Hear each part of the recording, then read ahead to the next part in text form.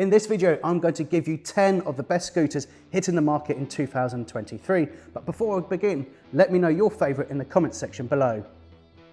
The first entry on today's list is none other than the Vespa GTV, which is essentially the return of a legend, the Giorni. This time around, Vespa have attempted to give the GTV a modern sporty twist, ditching a little bit of that classic styling it is renowned for. With a bright orange handlebar fairing and orange accents dotted around the GTV, it is clear Vespa are trying to angle this as a sports option. Does the styling work? Well, for me, I'm not so sure, especially when you compare it against the Giorni from a few years ago in that metallic green. Nonetheless though, there's no doubt the Vespa GTV will be a popular model.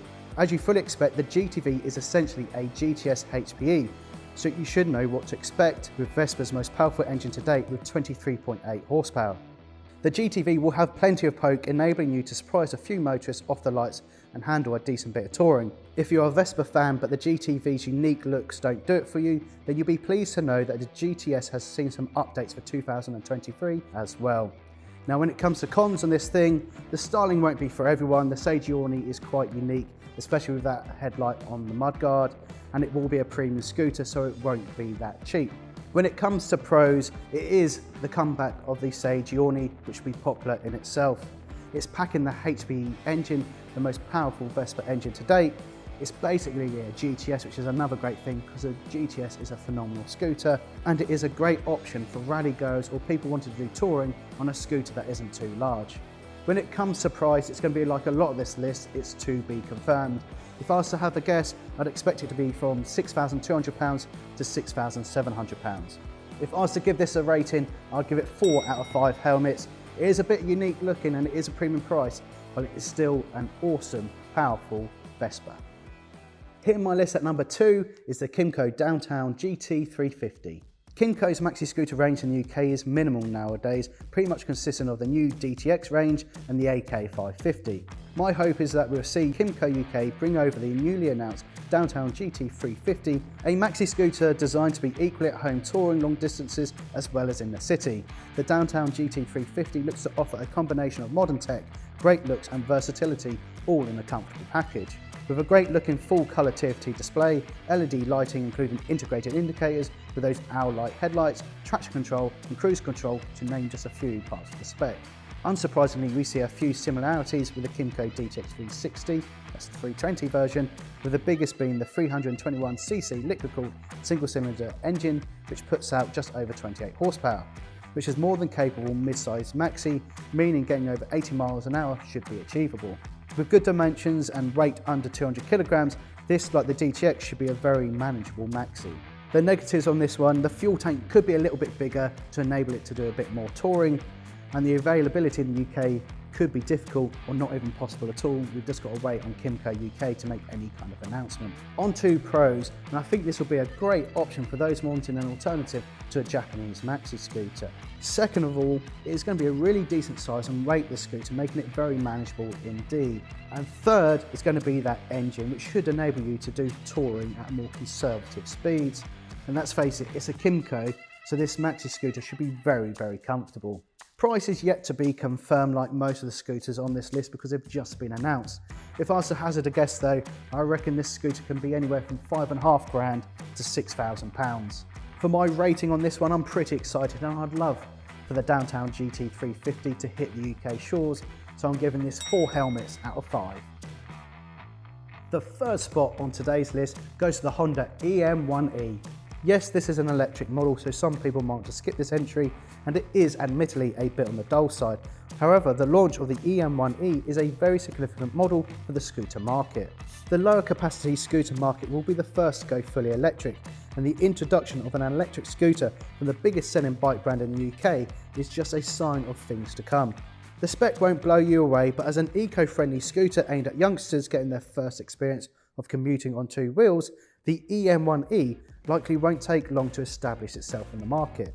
Slotting itself up against the Peugeot 1 and Yamaha E01, the Honda EM1E will be classed as a moped, so we fully expect this to be restricted to 30 miles an hour. Expect the normal amounts of electric scooter tech, including LED lighting, LCD display and combined braking system. The EM1E sports the Honda Power Pack, so it'll be interesting to see how this performs against some of its rivals, and it has the potential bonus as well being swappable battery technology. At the time of recording, there's very little official spec on the E01E. However, on a single charge, it is expected to go up to 25 miles or 40 kilometers. Starting off with cons, and first of all, the spec is relatively unknown, so we can't judge it too much at the moment. And as we well know from our comments on our videos, electric mopeds and scooters aren't for everyone. Onto the pros though, it's a Honda. It's bound to be very, very popular. It's sporting that new mobile power pack, which is swappable. And let's face it, this is aimed at a new generation of riders, so it can only be a good thing for those wanting to go green. Price is to be confirmed on this one, but if I give you my own guess, I reckon it could be anywhere from £2,800 to £3,400. I'm going to give this one 3.5 helmets out of 5. Another fresh manufacturer has entered the adventure scooter scene. This time it's Peugeot with the XP400. It is quite noticeable that Peugeot has attempted to rival the Honda ADV and XADV, as well as the likes of the Kymco DTX360 and even the Aprilia SR-GT. The XP400 is a serious looking piece of kit, and it's not just a redesigned maxi with tweaked plastics. The XP400 has long gold upside down forks, front frame design not too dissimilar from Honda ADV350, and aside from the addition of a questionable beak, has a long and slender body keeping it right on trend. Along the spoked wheels and adventure style windscreen, the XP400 looks quite exciting. Throw in the fact it will be running a 400cc liquid cooled single cylinder engine, pumping out 36.7 horsepower. It will have quite a noticeable more power than the ADV and DTX. But how will it perform and how much will it cost are some big questions needing to be answered. How will it perform against the Honda ADV350? Time will tell, but from an initial view, it is an impressive entry from the French manufacturer. Let's move on to the cons, and first of all, the styling is going to be a bit controversial, especially that front beak. I'm not totally convinced, but I'm sure there's plenty out there which will absolutely love it. The second con is we're just not sure if this is going to hit UK or not. You guys in Europe, I'm sure, will be available and will absolutely love it. On to pros, and first of all, this is a purposely designed adventure scooter, not just a repurposed maxi. Well done Peugeot, great effort. Second of all, Peugeot, I like you even more because you put a 400cc liquid cooled engine in this bad boy, which should be an absolute riot and will be strong competition for the Japanese out there, such as the Honda ADV350. It gives it away in the name, but it is a Grand Tour, so when it comes to touring and longer distances, this thing should be absolutely brilliant. Price is to be confirmed on this one, but if I was to hazard a guess, I reckon it's anywhere from £5,800 to £6,400. If I was to give this one a rating, it's a solid 4 helmets out of 5. I just hope we get this scooter in the UK. The fifth scooter on today's list is the Lambretta G350. There is also the X300 newly announced for 2023 by Lambretta, but it's the better looking and larger capacity G350 that gets my vote for today's list.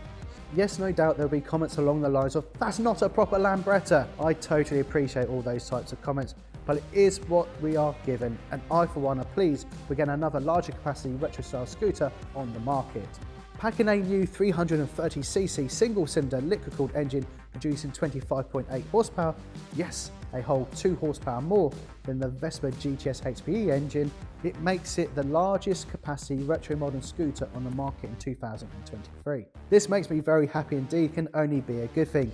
Let's hope Vespa come back with a reply of their own, maybe a GTS with even more power. Designed to be a modern day premium Lambretta, paying its respects to the designs of the past, we expect the spec on the G350 to be pretty decent, with details confirmed such as LED lighting, TFT dash and keyless ignition. Moving on to the cons, and will the Lambretta G350 come to the UK? Well, we don't know, but there is a good sign because MotoGP, who are the importers of Lambretta into the UK, already have it on their website, so fingers crossed we see the Lambretta G350 come over to the UK. Next on the cons, and it's just to be expected to be honest with you, this looks set to be a very, very premium Lambretta to rival the Vespa GTS.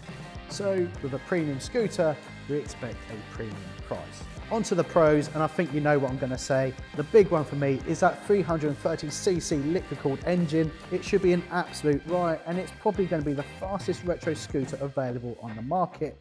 I love it. I absolutely love it. I cannot wait, and I hope to be able to test it next year. The second positive of this bike is the looks. I think it looks absolutely awesome. Yes, I know the true Lambretta fans might not be too convinced, but for me, I love retro scooters. In fact, I absolutely love modern retro scooters, so to see this hit the market, I am very pleased. And my last pro really is, it's just great to have another larger capacity retro scooter hit the market in the UK. We've got the GTS, we've got the return of the GTV, and a larger Lambretta which is packed full of spec. It's awesome, what's not to like? When it comes to price, it's yet to be confirmed, but we know in Europe it's going to start from €7,200, which means we probably guess it's going to be in the region of £6,200 to £7,000, but we will just have to wait to see what is confirmed. Now for my rating, I'm going to give this a solid 4 helmets out of 5. It looks like it's going to be awesome. I hope we get it in the UK, and better still, I want to test it next year. MotoGP, Lambretta, please make it happen. When it's time to get insurance for your scooter or motorcycle in the UK, make sure to click the link in the top right hand corner now, which will take you through to Lexham Insurance quotation form, where you'll get up to £20 deducted off your premium just because you're a Bike Matters viewer, and they power us here and make this content possible. Into 6th spot, and we have the Italjet Dragster E01. Is it E01? Is it hashtag E01? Is it just E01? Either way, it's 6th on our list and it looks pretty darn cool. The modern day Dragster is a great sporty designed and premium scooter, perfectly reminiscent of the original Dragster. The only real downside of the modern day Dragster, from when I recently reviewed the 200cc version, was the engine.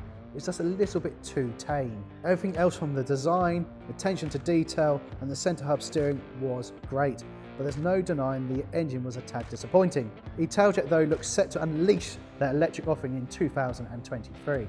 With a 12 kilowatt motor, which is equivalent to 16 brake horsepower, it looks like Italjet are going for a fast electric dragster to fit into the 125cc space. It's not just the motor which looks impressive on paper. With a stated 110 miles in range and a fast 10 kilowatt charge time of just 37 minutes for a full charge, the spec is pretty darn decent. It will just be how much will this cost. With the 200cc dragster costing £5,300, the electric version could well be a costly model to purchase. If electric isn't your thing and you two are looking forward to a more powerful dragster, then make sure to check out the 500cc version announced at EICMA, which will be a couple of years away from being released. On to the cons, and this isn't expected to be released into late 2023, at least the second half of it. But knowing we've had delays with Italjet Dragsters before, will we see this at all in 2023? Again, we'll just have to have our fingers crossed. On to the pros, and in my opinion, the Dragster looks absolutely phenomenal. It is a great looking scooter. On to another positive, and the battery technology and motor they reckon they're going to put into this thing sounds absolutely unreal and should be class leading. Then, if this does go into the 125cc category, it means a 17-year-old could ride this on a CVT or on an A1 license, which would be absolutely insane. As you would expect, price is to be confirmed on this electric version of the Dragster, but in my opinion, with the tech they reckon is going to be in this thing, and with the Dragster's build quality and attention to detail, I honestly can't see it being cheaper than £7,000. I could be wrong, but we just have to wait and see. When it comes to my rating on this one, I'm giving it 4 helmets out of 5. In at number 7, we have the Suzuki Burgman Street EX125. The return of the small Burgman is part of 3 scooter models being released by Suzuki, all of which have a somewhat similar goal: fuel efficiency and comfort. We expect this latest model version of the Burgman to be a commuter's friend by offering reliability, armchair-like luxury and excellent fuel economy. The Burgman Street EX125, in my opinion, will be slightly underpowered, producing only 8.4 horsepower, which is a big shame.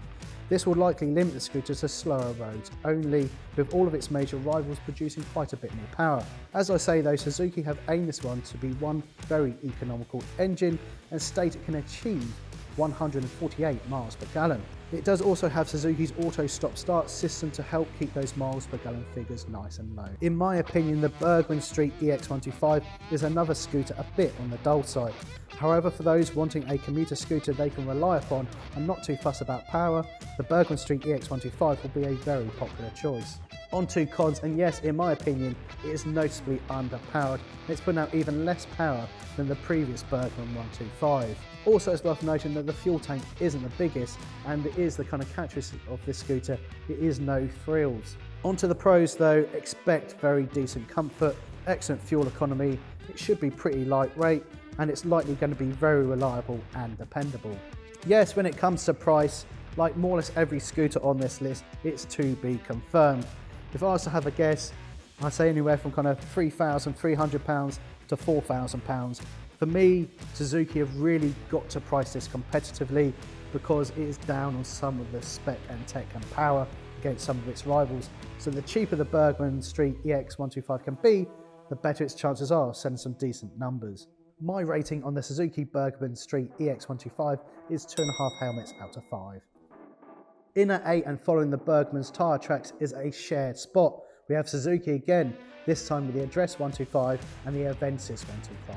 With the Address looking like the more European city smart commuter scooter, the Avenis is definitely more the sporty looking of the two. Just like the Burgman Street EX125, the Address and Avenis share the same Suzuki Eco Performance 124cc engine, putting out a modest 8.4 horsepower. There's very little to separate the Address and the Avenis. It will pretty much be based on looks, with fuel efficiency really what these scooters are all about. The spec isn't crazy, and you have to say the main rivals remain ahead.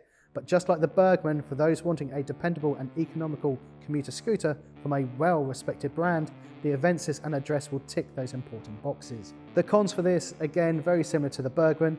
The engine is underpowered, it's not particularly exciting, and some aspects are a little dated. On to the pros, and it's very economical. There will be great commuter scooters, and they're likely very reliable and dependable. When it comes to the price, hurrah, we actually have these confirmed. The Avenis starts from £2,699 and the Address 125 from £2,499. When it comes to my rating on the Avenis and Address 125s, I'm going to give these 3 helmets out of 5. At 9, and we have another brand joining the adventure scooter scene. This time it's Lexmoto with the XDV125. Yes, so we have another adventure scooter with a kind of similar sounding name. The Lexmoto XDV is not to be confused with the Honda ADV, XADV or the Kymco DTX. Importer of budget-friendly Chinese bikes, it is interesting to see what price point British brand Lexmoto will put on the XDV125 and quite how it will stack up against some of the big hitters at 125cc level, such as the Kymco DTX300 125 or the very impressive, check out my review, Aprilia SR GT 125. The initial spec does sound admittedly pretty half decent. With a 125cc engine putting out 12.1 horses, you have to say that is pretty respectable. Throw on some upside down forks, LCD display, and 3 times luggage boxes as standard, the XDV could do pretty nicely for Lexmoto. Plus, with a sizable 13.5 litre fuel tank and hopefully okay fuel economy, you could end up going quite some distance between filling up on the XDV 125. On to cons, and first of all, with those 3 luggage boxes as standard, it could be a bit on the porky side and we're not sure what the weight is going to be. So it might well need those 12.1 horses to make sure the acceleration and top speed is half decent. Also, being a budget-friendly Chinese bike, we're not completely sure on quality, reliability, or what the resale value might be like. On to the pros, and it's likely going to be a very budget-friendly option. It's got a big fuel tank and the spec looks really impressive, especially that 12 horsepower engine. Price is to be confirmed, but I'm going to hazard a guess at £2,900 to £3,400. For my rating on this one, I'm going to give it 3 helmets out of 5. And taking my 10th and final spot is, well, admittedly everyone, I'm going to cheat here. When making this list, I really wanted to focus on new models for 2023. But when you just see what models have been updated for 2023, there's an awful lot of good scooters that have been revised. So number 10 is split into several bikes. Bear with me here. In at 10.1 is the Honda Vision. The Honda Vision is a previously great selling model which will no doubt compete with the latest Suzuki Address for a low-powered, highly economical A1 friendly scooter. In at 10.2 is the Honda Forza family, as we've seen big updates to the Forza 125 and 350. I love the Honda Forza range. They are a terrific family of maxi scooters which are hard to beat, and the latest updates give the Forza 125 and 350 an update to bring them even closer to the mighty 750 with restyled front fairing, LED headlight and taillight with an electric adjustable screen. And there's the new HSVC dash which connects to your smartphone on the 350 model too. At 10.3 we have Yamaha this time with the XMAX, TechMax 125 and 300. Updating their own maxi scooter family, Yamaha have updated the XMAX, TechMax 125 and 300 with a new sporty design, improved manoeuvrability, distinctive new LED lighting, including the signature X rear light, and even a 4.2-inch TFT screen on the 300 model. At 10.4 is the Vespa GTS. As I mentioned on the GTV segment, the GTS has also been updated across all variants. That includes the standard GTS, the Super, Super Sport and the Super Tech, with updates to elements such as the styling, LED lights, keyless system, brakes, suspension and even a new seat too. And our very final spot at 10.5 is the Peugeot Django Evo. The previous Peugeot Django, in my opinion, was a great looking scooter. The Peugeot Django Evo though, in my opinion, they've made a great looking scooter a little bit ugly. But that aside, I'm sure the Peugeot Django Evo will be a great scooter and I hope we get it over here in good old Blighty. There you go, make sure to let me know your favourite scooter in the comments section below, along with a price prediction. Like, comment and subscribe, and I'll see you in the next one. Bye bye.